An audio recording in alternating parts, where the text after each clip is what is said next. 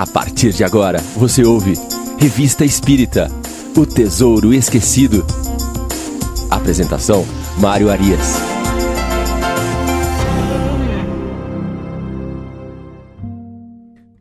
Olá, amigo ouvinte da Rádio Idefran, eu sou Mário Arias e este é o programa Revista Espírita, O Tesouro Esquecido.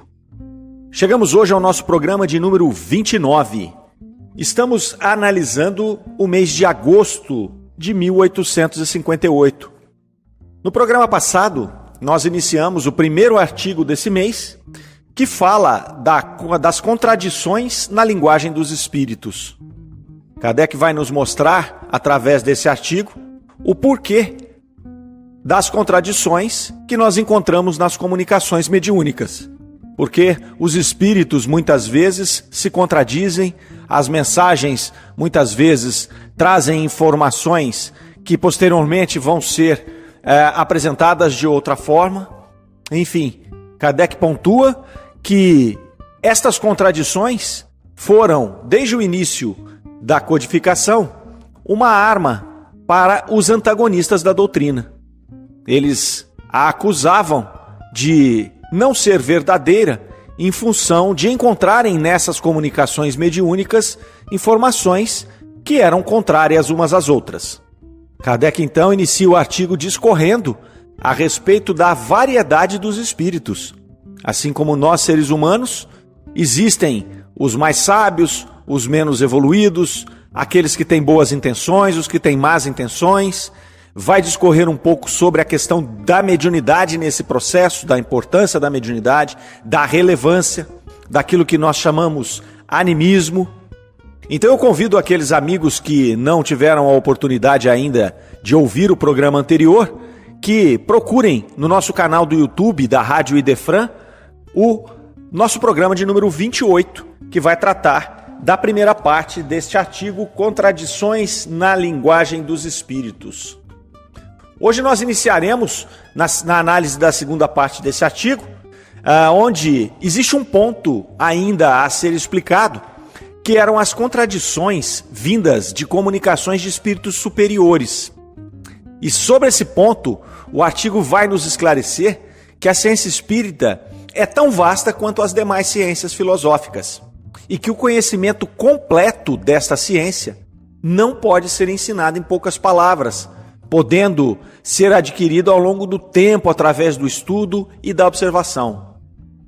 Além disto, nós teríamos ainda a presença dos espíritos enganadores. Esses, muitas vezes, com um grande conhecimento teórico e grande capacidade de convencimento, usam identidades falsas, como nós vimos no nosso programa de número 27, quando um espírito se passou pelo Padre Clemente. Dada a relevância desse tema, o artigo vai apresentar mais alguns detalhes acerca das causas dessas contradições. Vamos aqui analisar mais um trecho que traz pontos bastante importantes para o nosso entendimento. O artigo diz assim: existem ainda duas causas de contradição aparente que não devemos passar em branco. Como já o dissemos em muitas ocasiões, os espíritos inferiores dizem tudo aquilo que queremos, sem preocupação com a verdade. Os espíritos superiores calam-se ou se recusam a responder quando lhes fazemos uma pergunta indiscreta ou sobre a qual não têm permissão para explicar-se. Nesse caso, disseram-nos, não insistais nunca, porque então os espíritos levianos respondem e vos enganam. Pensais que somos nós e chegais a admitir que caímos em contradição. Os espíritos sérios não se contradizem nunca. Sua linguagem é sempre a mesma com as mesmas pessoas. Se algum deles diz coisas contrárias, tomando o mesmo nome, ficais certos de que não é o mesmo espírito que fala, ou, pelo menos, que não é um bom espírito. Reconheceis o bom pelos princípios que ele ensina, pois todo espírito que não ensina o bem não é um bom espírito, e vós deveis repeli-lo. Querendo dizer a mesma coisa em dois lugares diferentes, o mesmo espírito não se servirá literalmente das mesmas palavras. Para ele, o pensamento é tudo. Infelizmente, o homem é mais levado a prender-se à forma do que ao fundo. É essa forma que frequentemente interpreta conforme suas ideias e suas paixões.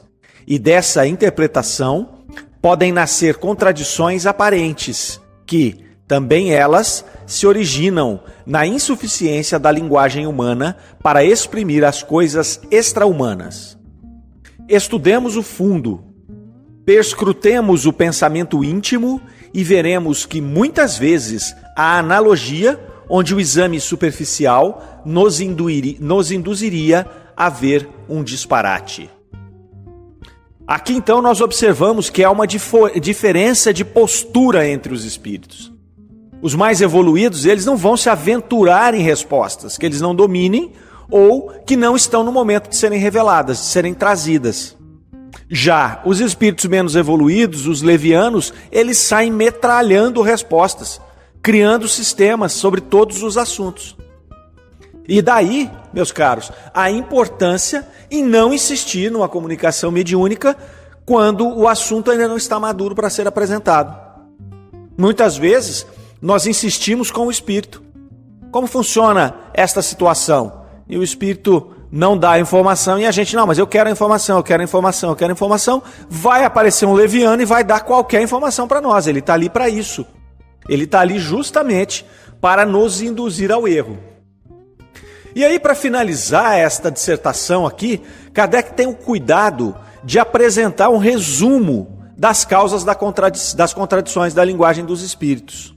Então ele vai trazer aqui para nós 7 causas, que nós vamos ler aqui e comentar estas causas, que elas, na verdade, elas perfazem um resumo de todo este artigo que foi aqui longamente apresentado. Item número 1. O grau de ignorância ou de saber dos espíritos aos quais nos dirigimos. Então, nesse item, Kardec vai destacar que os espíritos eles são de várias condições evolutivas e que, entre eles, existe um grau maior ou menor de saber e de ignorância.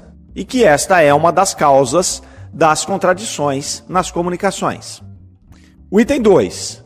O embuste dos espíritos inferiores que podem, por malícia, ignorância ou malevolência, tomando um nome de empréstimo, dizer coisas contrárias às que alhures foram ditas pelo espírito cujo nome usurparam.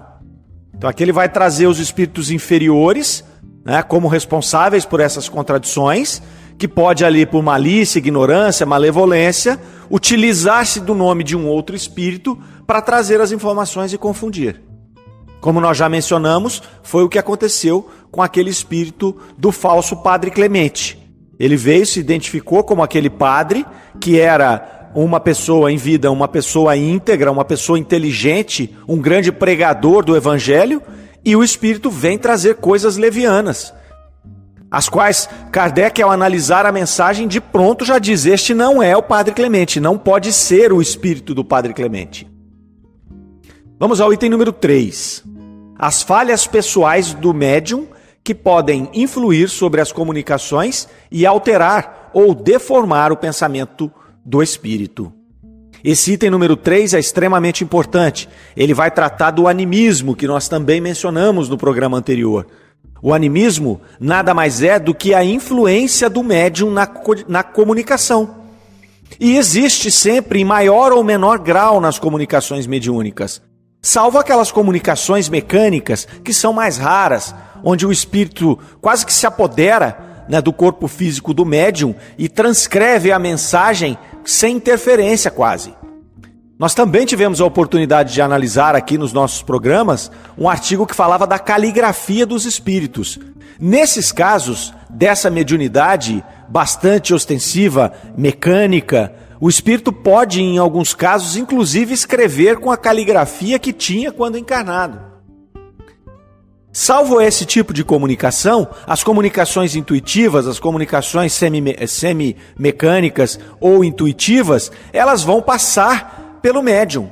E o médium pode interpretar erroneamente o pensamento do espírito, ele pode não ter ali condições, referências para passar aquilo que o espírito está tentando transmitir, e aí ele pode imprimir algo dele que vai soar como uma contradição. É por isso que nós sempre insistimos aqui, e Kardec insistia profundamente sobre isso, de que todas as comunicações têm que ser avaliadas, independente de quem for o médium.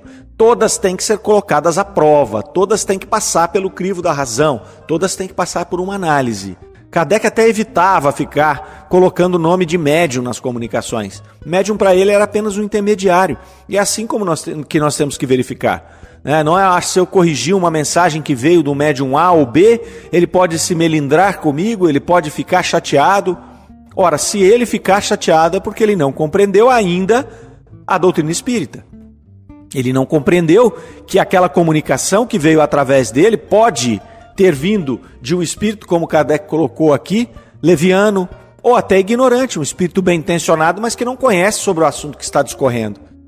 E ainda esse médium tem que compreender o processo do animismo, que é um processo natural, inerente à mediunidade. Bom, seguindo aqui, nós temos o item 4. O item 4 vai falar da insistência por obter uma resposta que o espírito se recusa a dar e que é dada por um espírito inferior. Nós lemos esse trecho há pouco aqui no artigo, no finalzinho dele, quando Kardec ele vem advertir a respeito disso, que os espíritos superiores se calam quando o assunto ou não é do interesse, ou eles não têm conhecimento, ou não está maduro o suficiente para ser transmitido. Eles se calam. E se nós insistimos, acontece aqui o que Kardec aponta nesse item 4. Vem um espírito leviano e passa a mensagem para nós. Vocês não querem a mensagem? Tome a mensagem. E aí nós vamos lá de maneira crédula e foi o médium tal, foi o espírito que assinou tal que deu, então é verdade. E aí a gente expõe a doutrina espírita e até nós também vamos nos expor ao ridículo. As pessoas vão olhar, poxa, vocês, pessoas sérias, pessoas que estão aí destinando o seu tempo nesta atividade, como é que vocês podem deixar-se levar por ideias tão rasas ou por ideias errôneas desta forma? Por isso a necessidade de avaliar tudo e todos. O item 5 vai falar da própria vontade do espírito, que fala conforme o momento, o lugar e as pessoas, e pode julgar conveniente nem tudo dizer a toda a gente. Não podemos nos esquecer de que o espírito que está se comunicando, ele tem vontade própria. Ele é um ser livre. Trata-se de uma inteligência, de uma individualidade. Ele não está à nossa mercê. Não é uma máquina que eu aperto o botão e ela faz aquele procedimento que foi programado para fazer. O espírito pode, naquele momento, dizer, olha, eu não vou dizer isso para você, por A ou B motivo.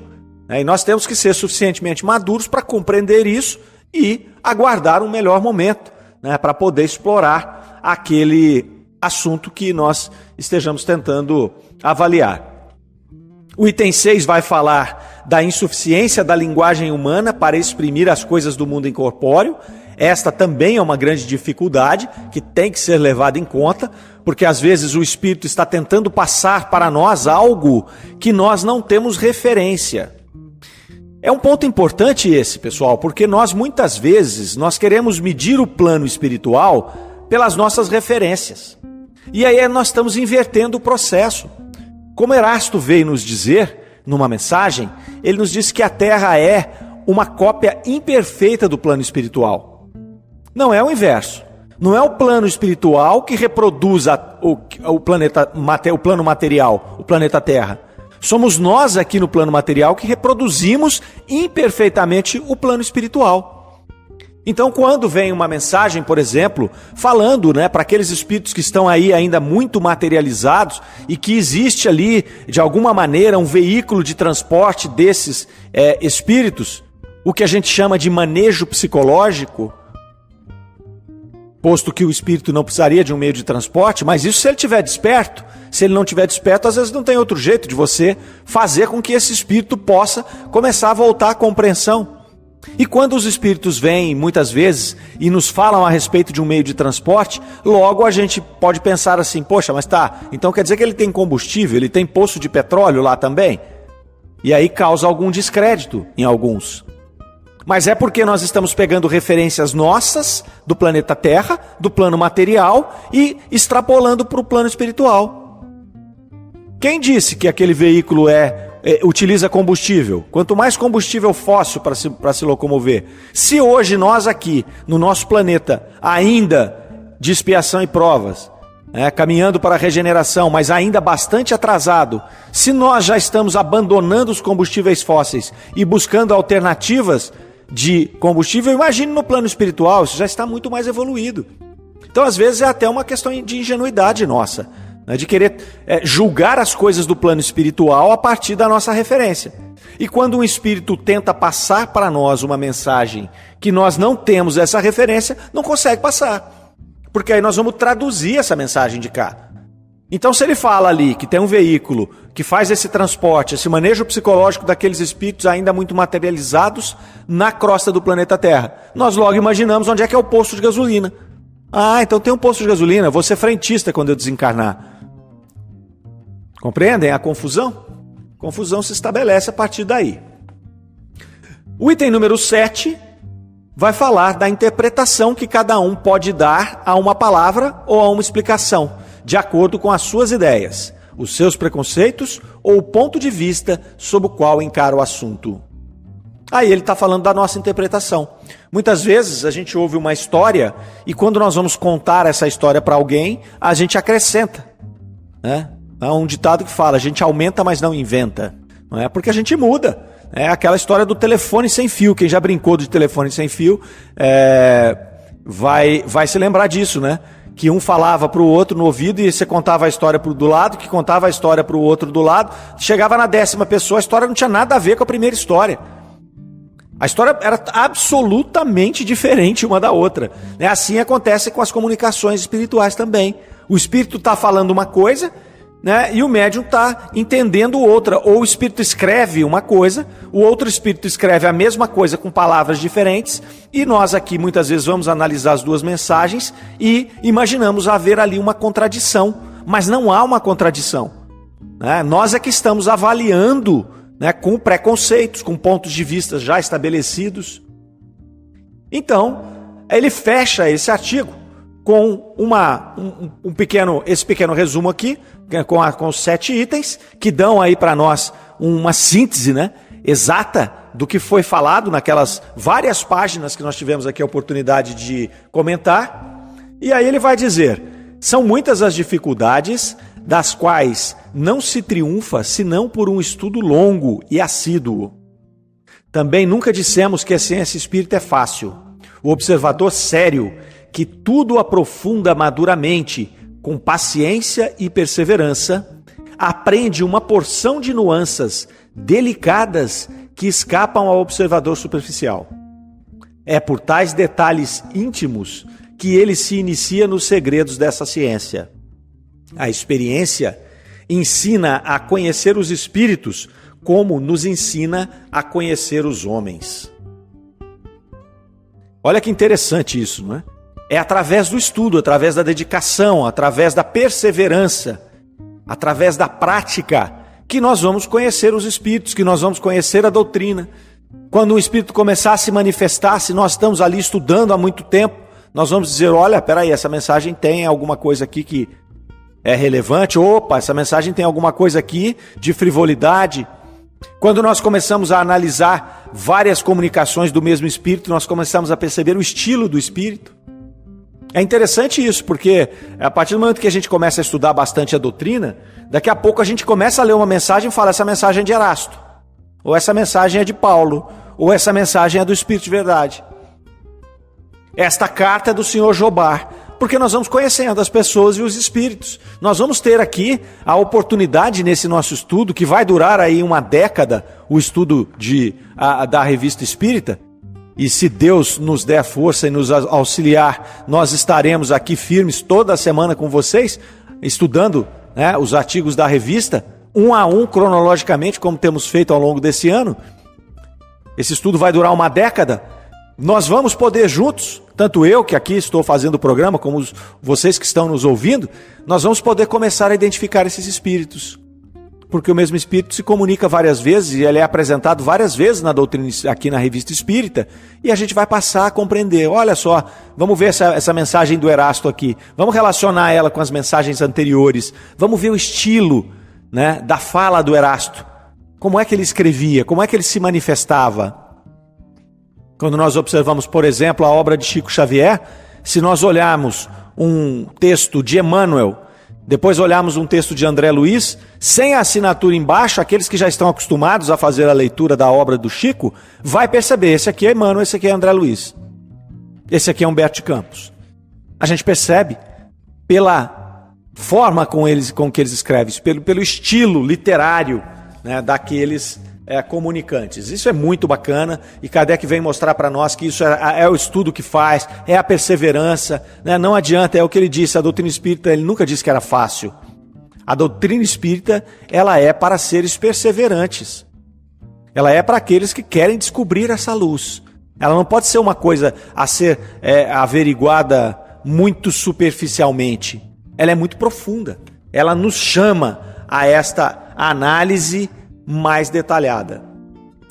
Muito bem, seguindo em frente aqui com os nossos artigos, o próximo é o artigo A Caridade pelo Espírito de São Vicente de Paulo. Esta mensagem foi dada lá na Sociedade de Estudos Espíritas de Paris, na sessão do dia 8 de junho de 1858. E ela é então aqui publicada em agosto de 1858. É a primeira vez que São Vicente de Paulo se manifesta na Revista Espírita, é a primeira vez que Kardec coloca um texto dele aqui. Depois ele se apresentaria em várias outras oportunidades, que nós teremos aqui o cuidado de ressaltar quando nós estivermos passando por elas. Ele vai colocar também algumas mensagens de São Vicente de Paulo no Evangelho segundo o Espiritismo, vai citar esse espírito no Livro dos Médiuns, então é um espírito bastante atuante dentro da doutrina. E ele começa com este texto que é A Caridade. É também a primeira vez, vale a pena ressaltar, que Kardec fala sobre a caridade aqui na Revista Espírita, que ele coloca algum artigo falando da caridade. Vamos ler aqui o comecinho desse artigo. Sede bons e caridosos, eis a chave do céu, posta em vossas mãos. Toda a felicidade eterna está contida nesta máxima: amai-vos uns aos outros. Não pode a alma elevar-se às regiões espirituais, senão pela dedicação ao próximo. Ela não encontra felicidade e consolação, senão nos arroubos da caridade. Sede bons, ajudai os vossos irmãos. Ponde de lado essa horrível chaga do egoísmo. Esse dever cumprido vos deve abrir as vias da felicidade eterna. Aliás, quem dentre vós não sentiu o coração pulsar e sua alegria íntima expandir-se pela prática de uma obra de caridade? Não deveríeis pensar senão nessa espécie de volúpia proporcionada por uma boa ação, com o que permanecereis sempre no caminho do progresso espiritual. Não vos faltam exemplos, só a boa vontade é que é rara. E aí um pouco à frente, a caridade é a virtude fundamental que deve sustentar todo o edifício das virtudes terrenas. Sem ela, não existem as outras. Sem caridade, não há fé nem esperança. Porque sem a caridade, não há esperança de uma sorte melhor, nem interesse moral que nos guie. Sem a caridade não há fé, porque a fé é um puro raio que faz brilhar uma alma caridosa. Ela é a sua consequência decisiva. Então Vicente de Paulo já exalta aqui, no início dessa comunicação, o maior de todos os mandamentos, que é o amai-vos uns aos outros. Tendo esse mandamento como objetivo, que ele já coloca na primeira frase da sua comunicação, ele vai apresentar a caridade como caminho, como a ferramenta para atingir este mandamento. E é interessante porque a caridade, ela vai também tornar-se o pilar central da doutrina espírita. Ela já havia aqui, nesse momento, sido apresentada lá no Livro dos Espíritos como a maior de todas as virtudes. E ela vai ter o seu papel ressaltado também, novamente, no Evangelho segundo o Espiritismo. Quando Kardec iria apresentar a máxima: fora da caridade não há salvação. Então aqui nesse comecinho dessa mensagem nós já podemos ver a profundidade que esse Espírito imprime nessas poucas palavras. Como Kardec mencionou até no artigo anterior, a forma não é nada, o conteúdo é tudo. É aquilo que está por trás das palavras. O que o Espírito está querendo dizer. Então ele começa dizendo, né, que toda a felicidade eterna está contida na máxima: amai-vos uns aos outros. Depois ele vai dizer ali que não há outra forma de fazer isso se não for através da caridade. Então ele vai traçando esse caminho. Os Espíritos fazem isso de uma forma muito bacana. Jesus já fazia isso. Ele mostrava um caminho e ele dava as ferramentas. Ele dizia: olha, nós temos que fazer isso. Só que essas mensagens são tão estranhas a nós, nesse momento nosso evolutivo, que tanto a espiritualidade, né, através dessas comunicações, como Jesus, através das suas palavras e dos seus exemplos, eles tinham que nos dar as ferramentas. Aqui no caso o objetivo é específico: amai-vos uns aos outros. Qual é a ferramenta? A caridade.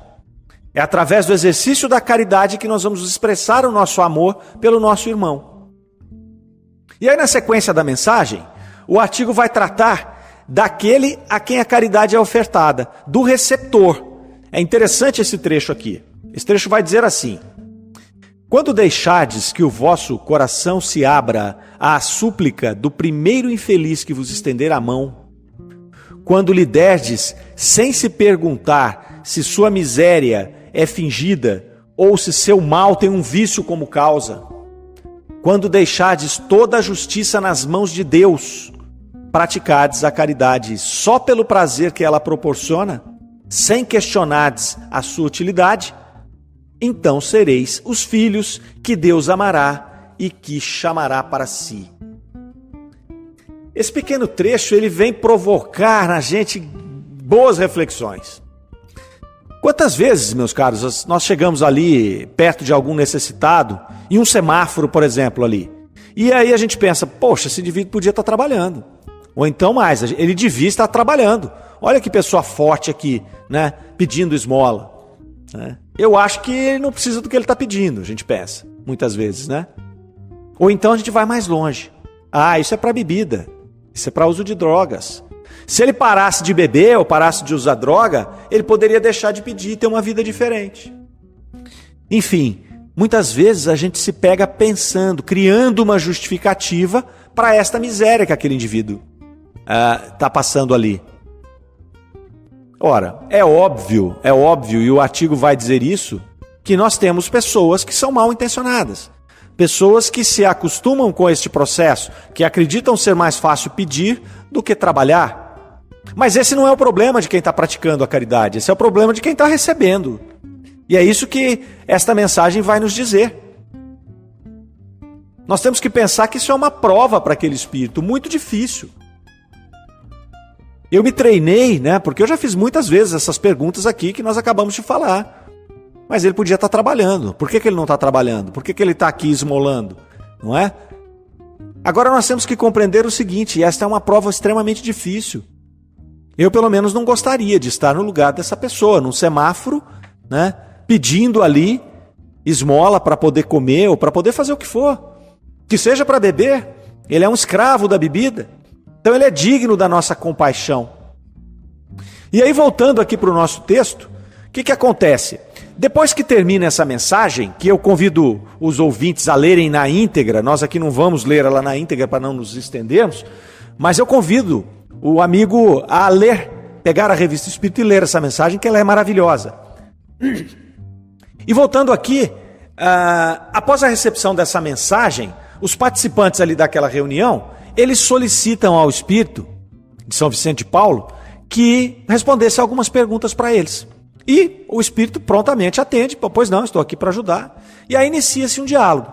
E eles começam um diálogo falando justamente desta questão que nós acabamos de falar, que é daquelas pessoas que estão ali dependendo da caridade alheia ou pedindo a caridade alheia, mas que não precisam desta caridade.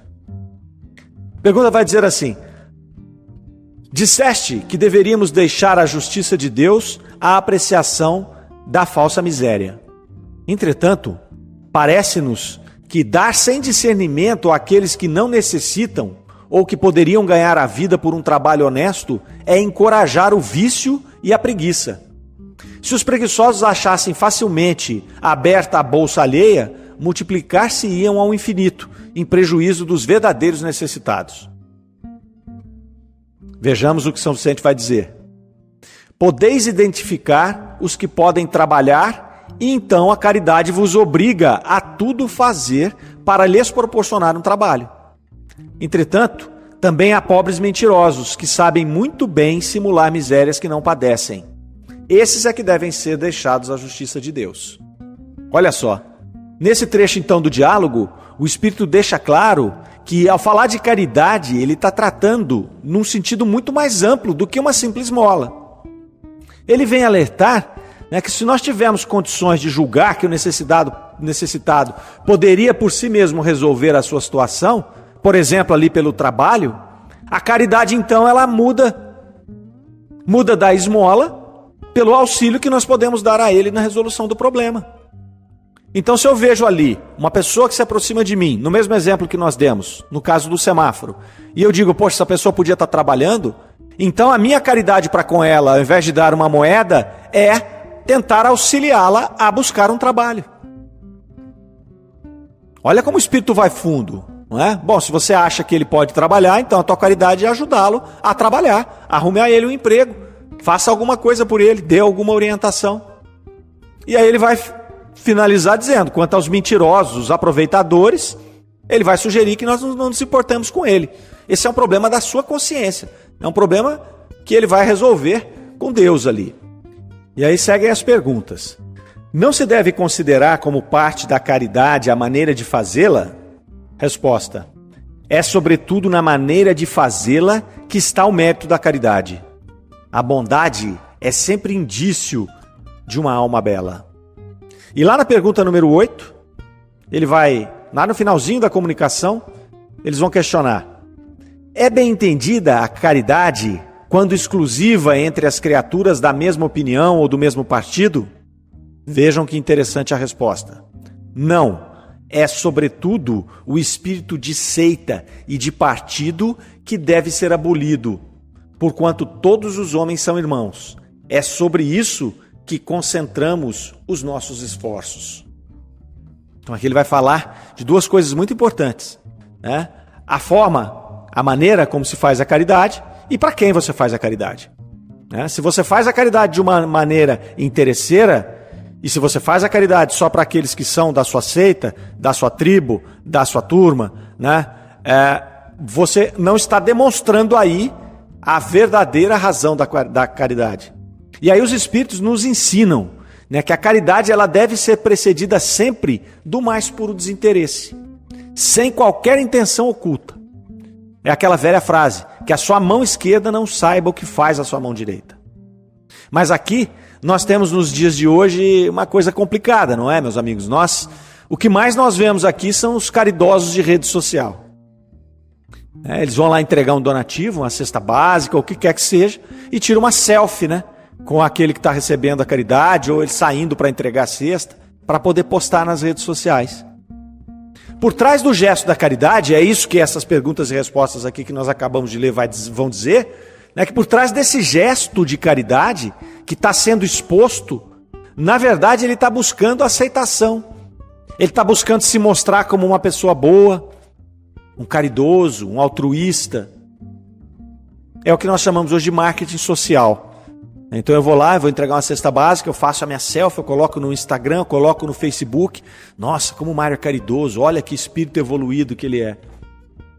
Esse donativo que eu vou levar e que eu faço essa selfie, é óbvio que ele vai auxiliar quem recebe. Mas a mim que estou dando, eu já recebi a minha parte. Ele não vai, esta caridade, ainda que seja uma caridade, ela não vai fazer diferença nenhuma para o meu espírito. Porque o que eu queria, eu já recebi. Eu queria o like lá no Facebook. Eu queria que as pessoas, os meus pares, achassem que eu sou bom. Eu não queria ser bom. A verdadeira caridade, ela se dá de maneira totalmente contrária. É aquela que você faz e ninguém fica sabendo. É aquela que você não precisa mostrar para os outros, porque ela diz respeito só a você. Esse processo, ele é um processo de treino, ele é um processo de exercício que nós vamos fazendo nos nossos espíritos endurecidos, através dos quais, ao exercermos esta caridade 1, 2, 10 vezes, esse nosso espírito, ele começa a sentir os benefícios desse ato, a sentir os benefícios dessa vibração de amar o próximo, de cuidar do próximo. Você percebe a vibração daquele que está recebendo, mesmo que ele não lhe passe vibração nenhuma, o ato vai te transformando. E é isso que vale. É isso que São Vicente de Paulo vem nos trazer com essa mensagem tão maravilhosa. Fazer a caridade de maneira desinteressada, sem qualquer interesse por trás. Fazer a caridade para qualquer um que você tiver condição de fazer, independentemente de você julgar aquela pessoa. Ah, ele pode, ele não pode, ele precisa, ele não precisa. É óbvio que você tem que ter um senso de julgamento, porque se eu tenho apenas uma cesta básica para distribuir e eu entrego para o primeiro sem avaliar se o segundo precisa mais que o primeiro, eu estou cometendo aí um erro, um equívoco com aquele que é mais necessitado. Mas que o julgamento seja a partir daí. Quem desses dois é o mais necessitado? Ou não quem eu acho que não deveria estar recebendo aquilo porque poderia trabalhar ou fazer de outra maneira. É assim como nós temos os recursos finitos, né, que a gente possa fazer essa análise, que a gente possa fazer a caridade endereçada exatamente para aqueles que precisam, mas sem julgamento e principalmente sem nenhum interesse oculto, que não seja o de nos melhorarmos. E com essa maravilhosa mensagem aqui, nós vamos encerrando o nosso programa de hoje, convidando novamente os amigos a lerem esta mensagem lá na íntegra, a refletirem sobre ela, né, que ela possa exercer sobre vocês o mesmo fascínio que exerce sobre mim. Todas as vezes que eu vejo uma mensagem como essa, eu fico vários dias pensando a respeito disso e refletindo, né, tentando ver se a gente encontra caminhos para que a gente possa acelerar o nosso processo evolutivo. A doutrina espírita nos traz esta perturbação, vamos dizer assim. A perturbação de você olhar e falar, puxa, eu tenho muito que caminhar ainda. Mas essas mensagens vão nos trazer esse alento, porque elas nos mostram o caminho. Elas vão mostrando, olha, siga por aqui, siga por ali, basta que a gente faça o que Kardec recomendou, que nós tenhamos dedicação, que nós tenhamos assiduidade e que nós nos entreguemos aí de corpo e alma ao entendimento da doutrina espírita. Ok, meus grandes amigos? Eu agradeço a companhia de todos, espero poder contar com essa luxuosa companhia na próxima semana. E aqui eu me despeço. Fiquem com Deus, até a próxima.